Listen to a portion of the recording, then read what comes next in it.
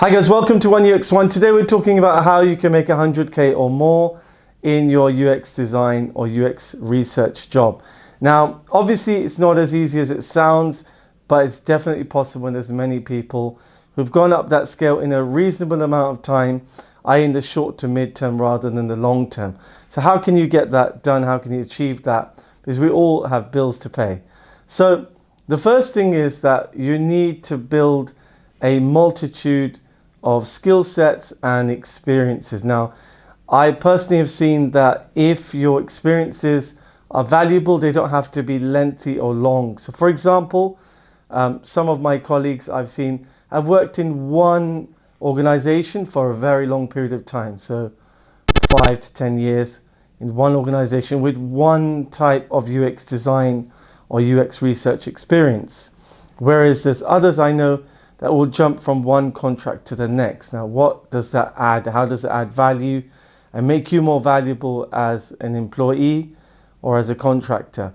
The more industries that you work in, and that's the way that UX design works, because the more varied experience you have, the more valuable you become over time. So for example, if you're working in e-commerce and you want to specialize, because don't forget that in UX design and even UX research, you can now specialize in different fields and areas. And the reason is that the more areas there are, whether it's e-commerce, whether it's software or applications or type of business, type of industry, whether it's in medicine, healthcare, finance, whatever area you specialize in, you become extremely valuable because of the short supply of UX designers. People will be fighting over recruiting you. That means you can earn more money because there's more demand for your speciality. You can actually chase that 100k goal or even 150k, 160k.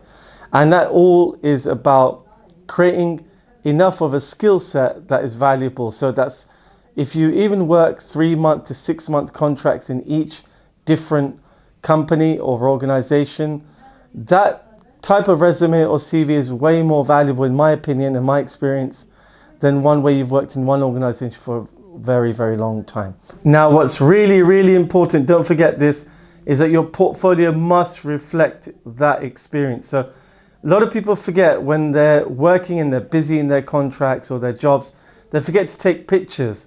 Just keep your phone with you.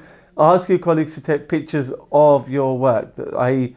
working with colleagues, whether you're working with stickies on the wall, whether you're wireframing or creating or managing a stakeholder engagement of any type, whether it's a meeting or a workshop, make sure you take pictures, because your portfolio is a reflection of you. It's the evidence that they want to see that you have actually delivered, because that's what's going to get you that higher earning and a better paid job. So take pictures, take pictures, take pictures. All I can say, don't forget, it doesn't matter about the quality of the picture, it's about proving that you've done this work. Now, always remember one thing, anything that you've done, any work that you've done, whether it's wireframes, prototyping, minimum viable product, any of those things, make sure that you back up, as long as there's no data protection on it or any secrecy or privacy laws.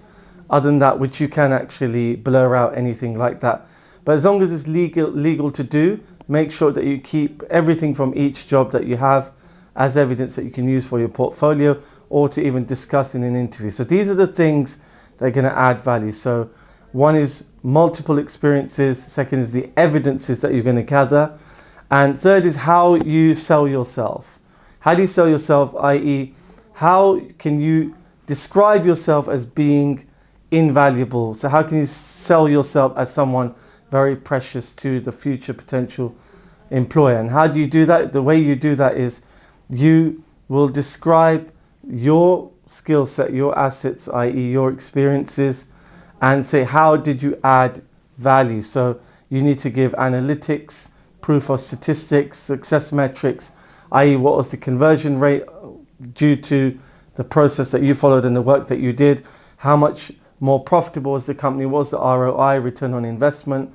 What was the task completion rate? Did you reduce that? Did you increase subscriptions? Did you increase following for your particular niche area? So did they get more people to use the app or buy more, i.e. sales increased by what percentage? So you need to prove that you're worth through stats, through figures, through qualitative data and quantitative data. That's what's really going to get you to really be able to demand. And really, if you're good and once you get to that level, and that doesn't have to be over the long term, it can be short to medium term.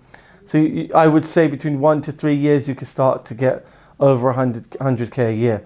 So you don't have to look very long term because the market's still very new and very fresh.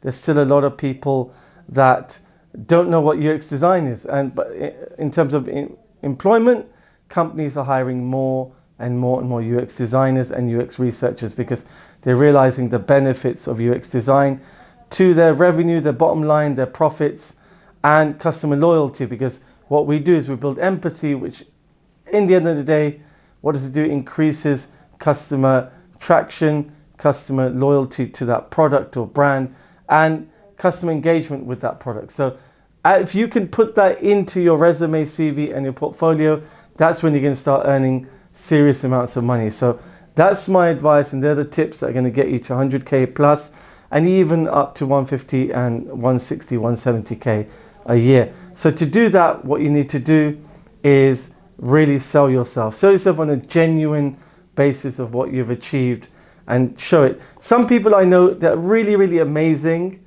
at UX design, at the whole process, end to end, the whole life cycle, but they're not good at displaying and showing it. So you've got to be good at showing what you've done, how you've added value, how you've changed things. If you can't show it, like they say, if you can't display it, it doesn't exist. So it doesn't matter how good you are, if you can't show it to people, they don't know how amazing you are. I hope that's helpful, guys. Don't forget to download the free guide, the UX design guide and the UX research guide. And I'll see you on the next one. This is 1UX1. Take care, guys. Thank you for watching.